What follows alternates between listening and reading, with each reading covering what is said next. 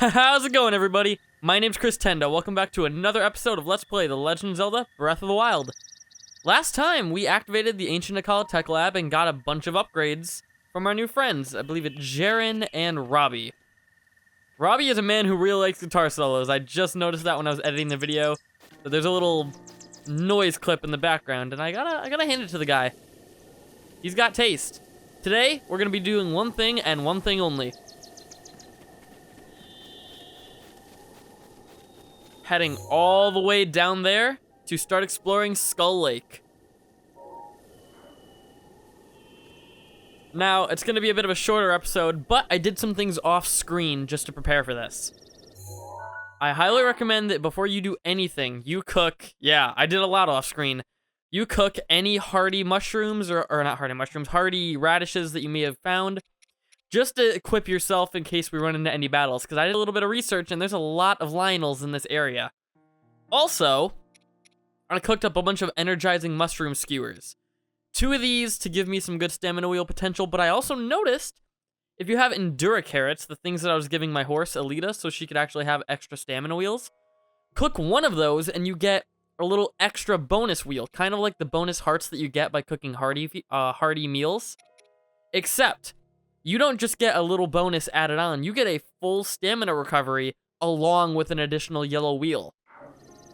Just cooking a minor ingredient that has that bonus to it is way better than any other kind of stamina increasing ingredient that you'll ever find, because it gives you a full recovery right off the bat.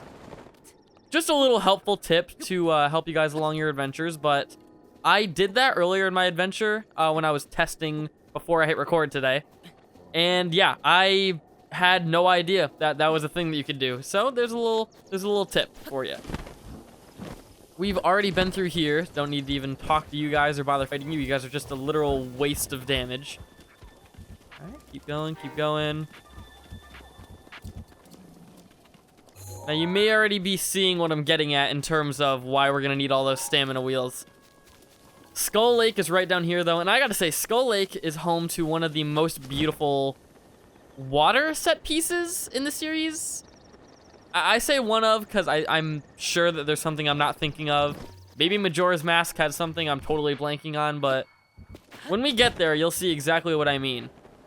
Right through here is a nice open field. This is a great place to take a horse through, but I don't trust myself to not run into a Lionel while I... Oh, speak of the devil! No. Oh, this is not good. Wait a minute.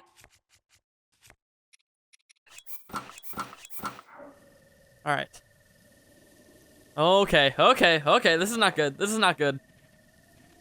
Introducing the blue Lionel. The color changes are so minute, I have a hard time figuring them out. I'm pretty sure this is the blue variant, however.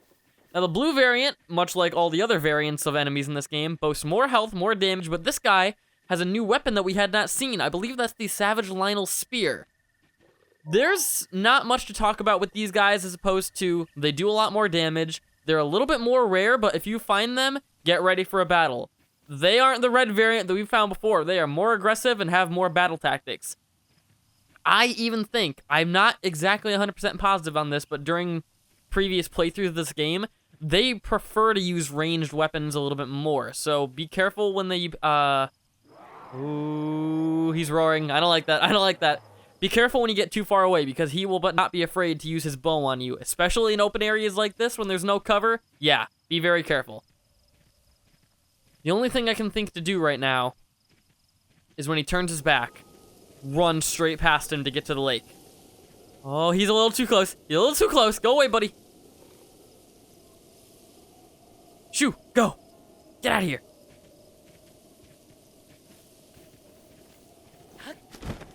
And now we're just gonna float away and pretend like he can't see us. And yep, just as I predicted, he's gonna pull out his bow and try to take us out. Or stand there menacingly. He's just standing there, menacingly. Maybe since we didn't start the fight, he's not even gonna bother attacking us. He charged at something there and gave me a minor heart attack. All right, but it looks as if we're in the clear. Again, this is not a region that I was expecting to go to this early in the game, but I kind of got thrusted into it a little earlier than I would have liked to.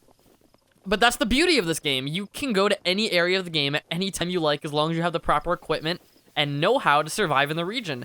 It doesn't unlock through certain game events. You could literally do anything and go anywhere at any point. You just have to be able to get the skills to travel there and not get your ass handed to you. I really don't know the difficulty in this game. I know that there are some areas like Hyrule Castle, which you do not want to go to right off the bat. But the other areas in the game, I don't know. I really don't know what's hard and what's not. Right under here, we have a Korok Seed.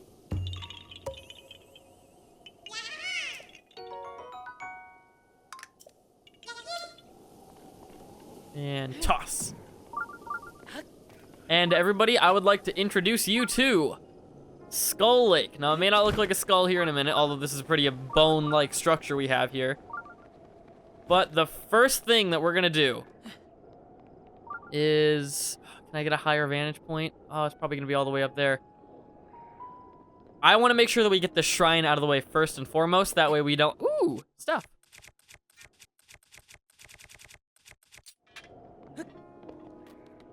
Come on, give me the stuff. Link, camera, please, work with me. Ooh, rubies. All right, I want to make sure that we get that shrine out of the way first and foremost. That way we don't have to climb up this tower as much as I thought we were going to. Ooh, another Korok Seed.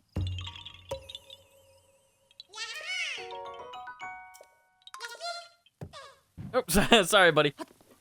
Oh my God, really? Really? Again? Another episode? Like, next episode later, you're gonna keep raining when I need to climb?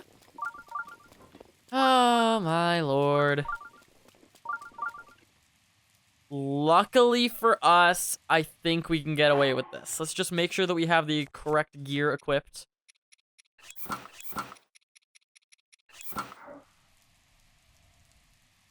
I don't like my odds. Hold on, I'll be right back.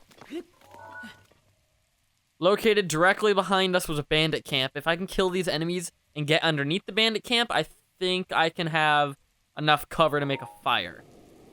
So, the only real way that I can picture us doing that would be with stealth gear. Oh, that reminds me, another thing that I made was attack and defense boosting dishes. Just a couple ones, just in case we were gonna need it throughout the adventure. You, not that bow.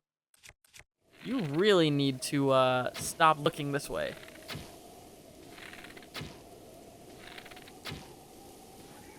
And we remain stealthy. Just because the arrow came up of his head, he didn't go, oh, snake, snake. No, he didn't pull a Metal Gear Solid on us, so we're still good. We can sneak around. If we can sneak shot the blue bokoblins, because it appears to only have blue and black bokoblins in the near area, I think that we'll be lucky enough to try to sneak attack the black bokoblins. And can I... Ooh, go away. Turn your head, turn your head.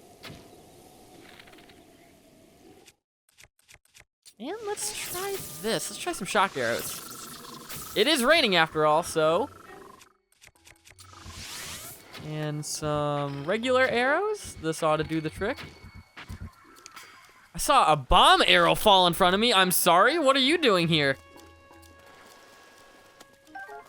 Oh, wait a minute.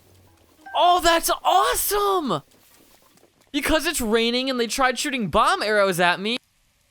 That is awesome. The arrows didn't explode, giving me the perfect arrow collecting spot. That's just cool. That's really, well, it's not cool for them. It's cool for me, though. All right, everybody.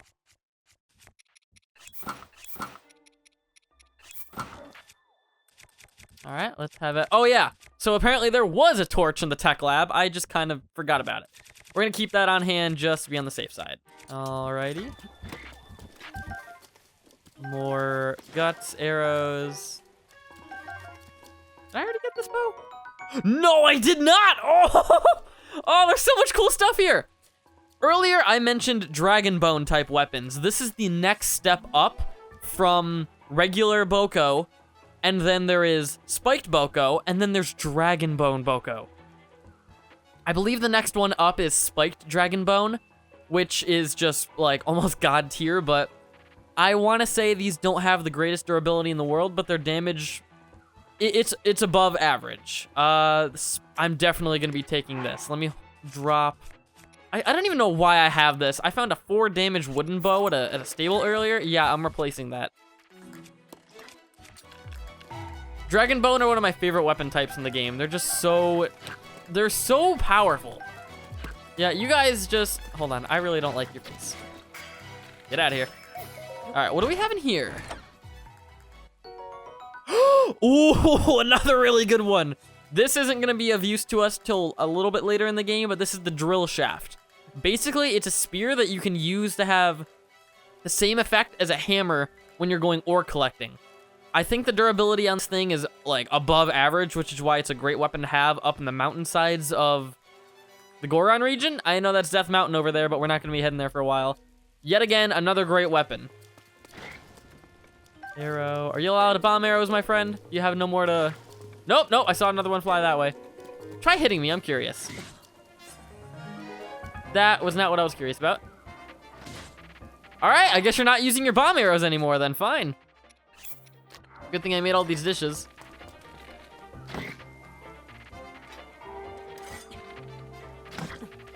One, two, three. I want to make sure I don't hit him off of the platform. Well, I can go this way too. Another spiked dragon bone. Do I have another bow that I can try to get rid of that's not as... Oh yeah, soldier's bow. What am I talking about? Alrighty, another bomb arrow here. Now, what was I doing here again? Well, do I have enough cover? I do, right underneath here. Okay.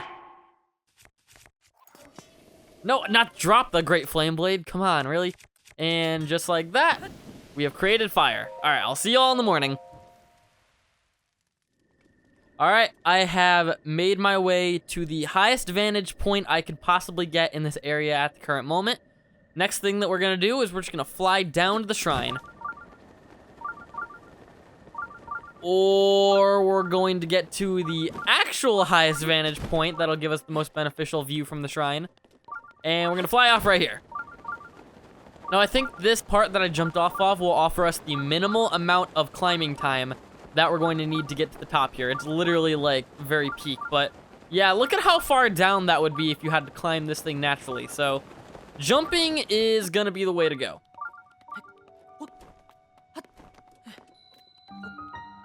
Wow, I prepared all those dishes for nothing. Now I know how it feels like to be a middle American mother. Let's hop on down.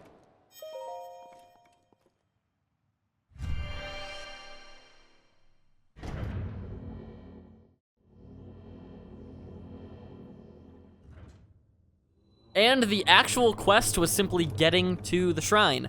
Therefore, freebie shrine. Ah, yes. The lesser used, less powerful cousin to the Great Flame Blade is simply the Flame Blade. Given how good of a weapon it is, I'm going to be using that.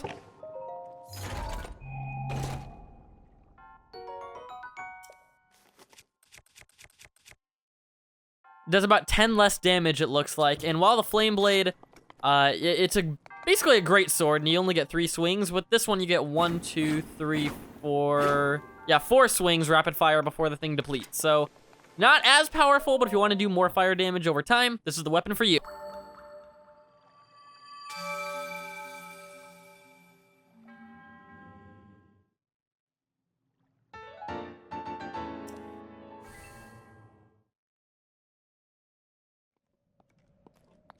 Looking at my recording software, we're only at about 18 minutes and 28 seconds.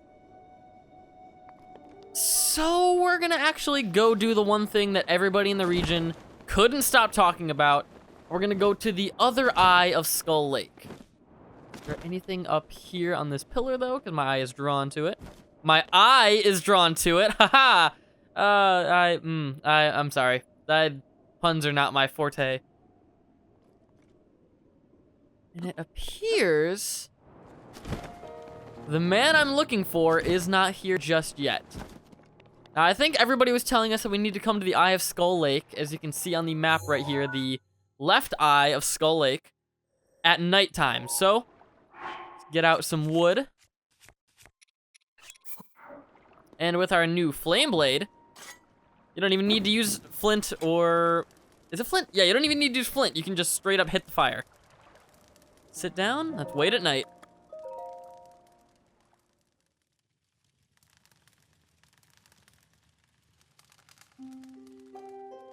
And as you can see, this strange shop has appeared overnight. I think this is the one they called Kilton. That's... Buckle up and talk to him. Wow! Oh, it's just a Hylian. Me? My name is Kilton. I suppose you're new. I suppose you're here because I heard I was opening a monster shop. If you want to see it for yourself. Monster shop? Yes, I'm opening a monster shop called Fang and Bone, but I'm still preparing my grand opening. Here's my business card. Fang and Bone, come see old Kilton for the most monstrous deal in all of Hyrule. I'm going to need that card back. It's the only one I have. Anyway, are you into monsters? This is the kind of guy I really don't think we want to piss off, because I mean, look at that face. So let's just say that we like monsters. Let's try to appease him. How much do you like them? Quite a bit, you know, not the greatest, but quite a bit. I love monsters more than you do! Man, it's like I'm talking to a nerd at Comic-Con. My lord, I've had the same interaction with somebody. Sorry. I did it again. I just love the field of monster research, so much that I decided to open a shop all about monsters. I call it Fang and Bone. Yeah, but we've already been over this.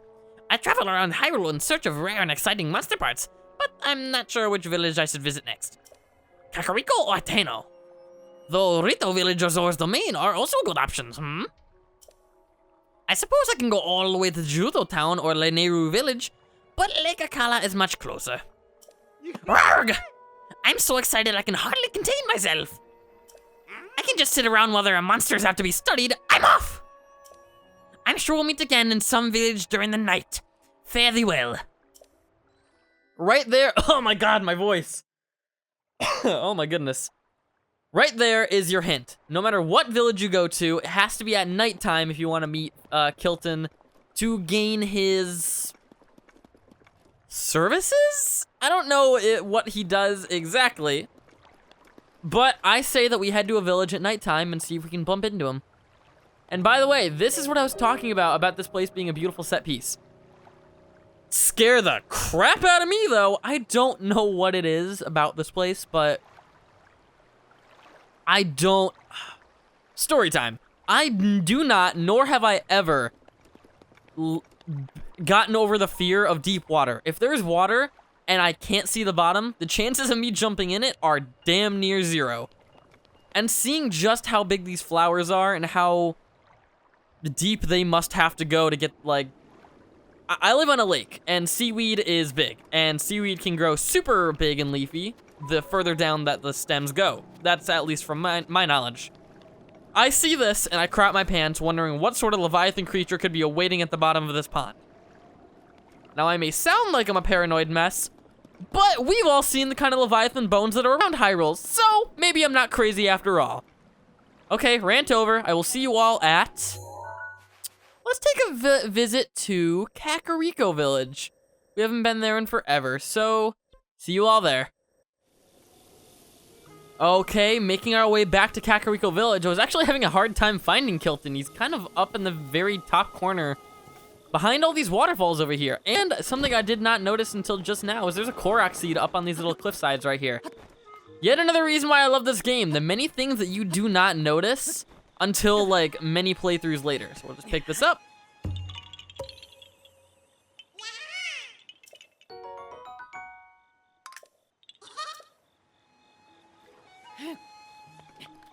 and make our way up to Kilton. Okay, as much as I hate talking to this guy, because it kills my voice, we gotta do it. Kilton, I'm back. Whoa! Ah, did you startled me. My monster shop is now open for business. Seeing as how you're the first-time customer here at Fang and Bone, our first order of business will be converting your monster parts to Mon. What is Mon? Mon is a currency I invented destabilizing the market to fight the establishment. I don't know why that line just kind of hit me. Kilton's like, yeah, down with the man. Just kidding. There's no establishment in Hyrule. How do you know what an establishment? You know what? You know what? Not even gonna bother asking. You're probably some sort of extraterrestrial life form. There is no establishment in Hyrule. I just love monsters so much that I turn them into Money. That's not creepy at all. Here's the deal. If you bring me monster parts, I'll exchange them for Mon. I'm the only business in Hyrule that accepts Mon as payment. Pretty exclusive, eh? Anyway, you can spend your Mon on various types of monster gear that I've created based on my research. And another thing. I also developed new monster gear, so remember to check back in between your adventures. So let's exchange your monster part. Oh, oh my. Oh, that voice is gonna kill me. All right. That's the only time I'm doing that voice.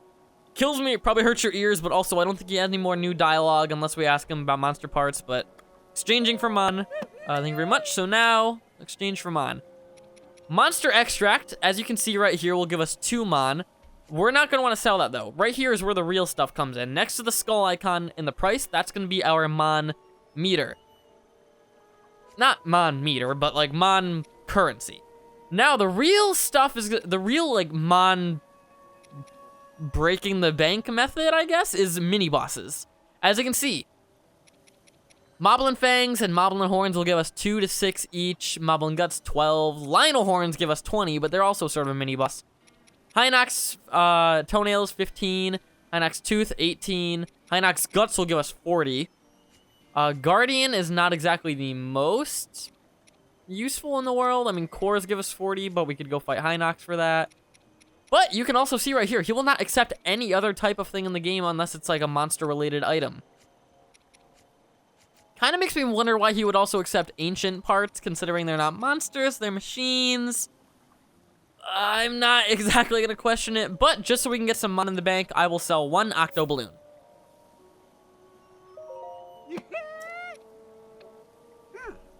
Now, we can spend some Mon. And he has a very weird buying system. Oh, he's got the spring-loaded hammer. All right, we'll talk about that in a minute. Now, you can see right here, everything ends in a 9. So he's kind of got like the traditional money system where you think you're getting a deal because it ends in a 9, making you think that it's less than the actual price that you'd be paying, which is essentially $20 if it was $19.99. Anyway, I don't understand the American system of buying things, but whatever. Right here, you can buy Monster Extract. We already went over that. The Wooden Mop. It's not a good weapon. It's mostly just comedical. Spring-loaded hammer. I am going to be buying this later on because I want to see. I've never used it before. I just kind of want to see, you know, if I can get any use with it. If you're playing the battle near cliff sides, I would imagine it actually has some use because you can just let gravity do the work for you. Moblin Mask. If by wearing this, the Moblins will take you in as one of their own. They will not suspect you to be the hero of time. Or the hero of Hyrule, rather. You are not the hero of time just yet, or you have not been for many millennia. Not exactly sure where this fits into the timeline, but whatever. Moblin Mask does the same thing for Moblins. And that is all that we are allowed to buy thus far. I believe that as the game goes on, you will unlock more depending on how many divine beasts that you have conquered. So we have no use for any of this stuff just yet. Maybe some monster extract, maybe the masks, but I want to wait until we have at least 3 divine beasts before we come back here. We don't need anything else from Kilton, so we'll see him on the next monstrous night. And with that, I think I'm going to call it an episode. Thank you all so much for watching. I hope you enjoyed the episode. Please like, comment, subscribe if you did. Share the video most importantly. Check out my socials up on the top right of my channel. And as always, have a good one, everybody. Take it easy.